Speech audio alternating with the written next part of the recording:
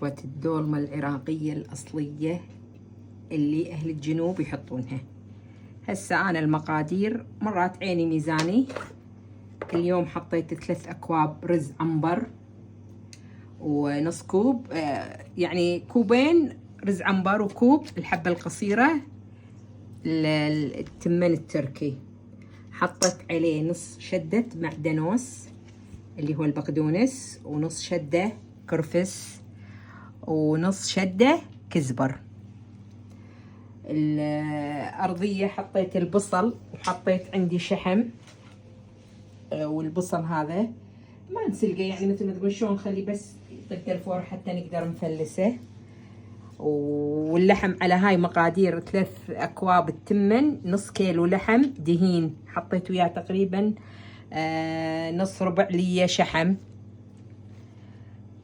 يعني مو ربع اللية، النص مالها، نص الربع، خلينا نقول 250 غرام، نصها يعني 125 غرام.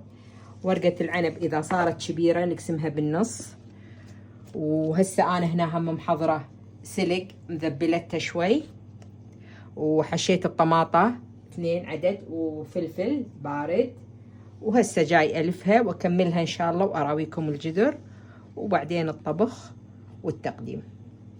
هسه بلشنا نلف السلق، راح اخليه على الوجه علشان ما يبي له طباخ وايد، مو مثل ورق العنب. هني الورق العنب شويه قاسي مالهم، يبي له يعني طباخ، مو مثل مال بعض البلدان ترف.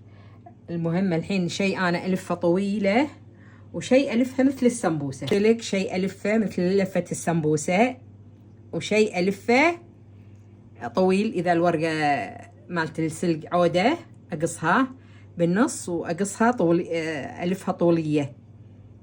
بس الحين كل اللي قاعد يطلع لي اللي هو مال الطوليه، شلون يعني مثلا الورقه يصير فيها الحز هذا هالشكل. هذه الفها طوليه، يعني هذه بدال ما اسويها واحده اسويها 2. ها الحين هذه واحده خلاص نحطها بالطرف هني. وهذه الثانية شلون؟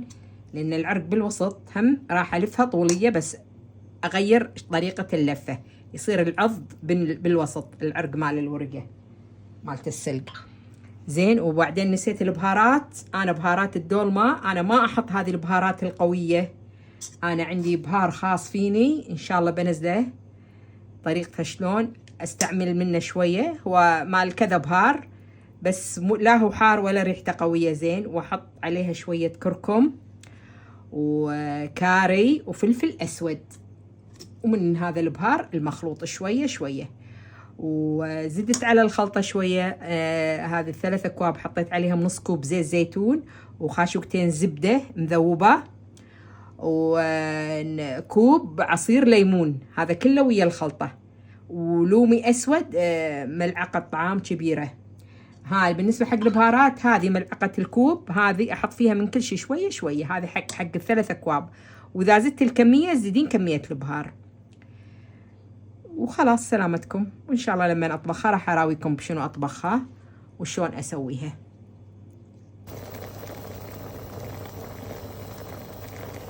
هسه هذا جبن الدولمة النهائي خليناه على الطباخ، أريدها شوية يطلع بخاره. هسه شنو عندي هنا؟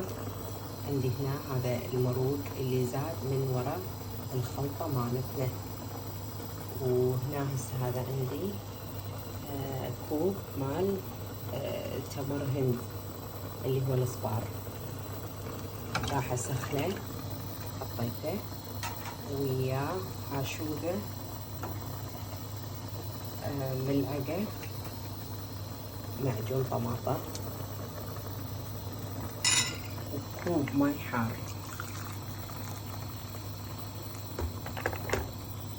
هذا ماي فاير. راح اخلي هاي الخلطة هسه تغلى. هذا باعتباره هسه تقريبا هو كوب ريسة. نشوف ايش قد صار الماي مالته. هي كوب تقريبا.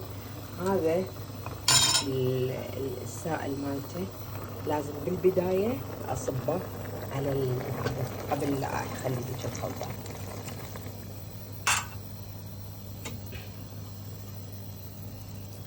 لان احنا خالين 3 أكواب تمن، فهذا كافي كلش عليها. 3 أكواب ماي، واحنا نريدها حامضة حلوة. انا خالة بيها بعد شكر تقريبا ربع كوب على 3 أكواب. هذا ليمون معصور ومصفى راح اخليه عليها. هاي بالبداية اخليه على ما يفور هذا الخليط اللي هو الماء والمعجون وتمر الهند، واخليهم فوقه.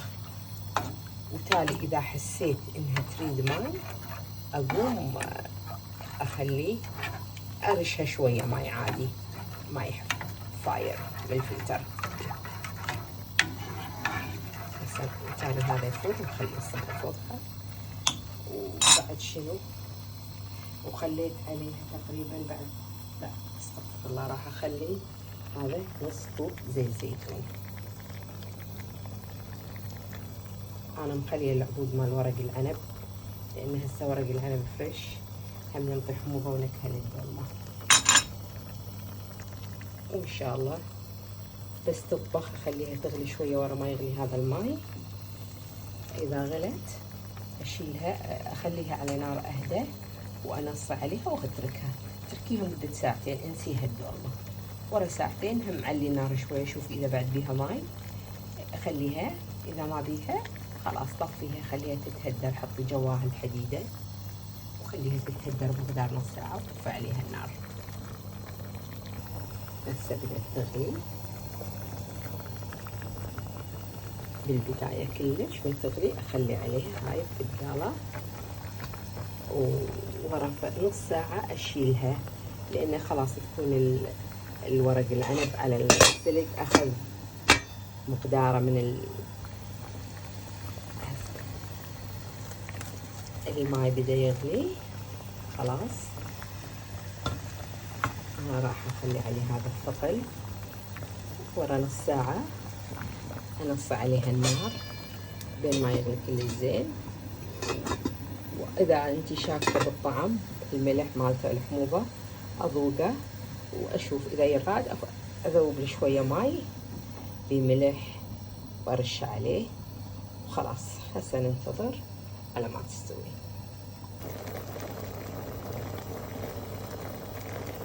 هسه هذا جبن الدولمة النهائي خليناه على الطباخ.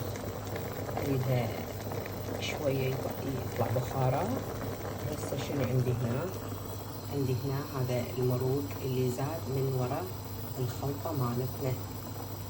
وهنا هسه هذا عندي كوب مال تمر هند اللي هو الصبار. راح اسخنه، حطيته وياه حاشوقه ملعقة معجون طماطم وكوب ماي حار. هذا ماي فاير. راح اخلي هاي الخلطة هسه تغلى. هذا باعتباره هسه تقريبا هو كوب قيسه. نشوف ايش قد صار الماي مالته. هاي كوب تقريبا. هذا السائل مالته لازم بالبداية اصبه على هذا قبل لا اخلي ذيك الخلطة.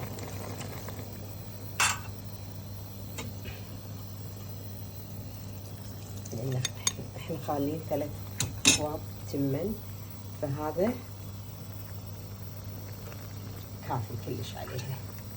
3 أكواب ماي، واحنا نريدها حامضة حلوة. انا خالة بيها بعد شكر تقريبا ربع كوب على 3 أكواب. هذا ليمون معصور ومصفى راح اخليه عليها. هاي بالبداية اخليه على ما يفور هذا الخليط اللي هو الماء والمعجون وتمر الهند، واخليهم فوقه. وتالي اذا حسيت انها تريد ماء اقوم اخليه ارشها شويه ماء عادي، ماء فاير بالفلتر. هسه بالتالي هذا يفوت نخلي الصبغة فوقها. وبعد شنو، وخليت عليها تقريبا بعد، لا استغفر الله، راح اخلي هذا نص كوب زيت زيتون. انا مخليه العبود مال ورق العنب لان هسه ورق العنب فريش، هم ينطي حموضه ونكهه للدولمه. وان شاء الله بس تطبخ اخليها تغلي شويه ورا ما يغلي هذا الماي. اذا غلت اشيلها اخليها على نار اهدى وانص عليها واتركها، تركيها مده ساعتين، انسيها الدولمه. ورا ساعتين هم علي النار شويه، شوف اذا بعد بيها ماي اخليها، اذا ما بيها خلاص طفيها، خليها تتهدر، حطي جواها الحديده وخليها تتهدر بمقدار نص ساعه وطفي عليها النار. وهذه النتيجة الأخيرة حق الدولمة. وسهمكم العافية. هذه يسمونها حامضة حلوة، يعني طعمها مقبول بين الحامض والمالح والحلو.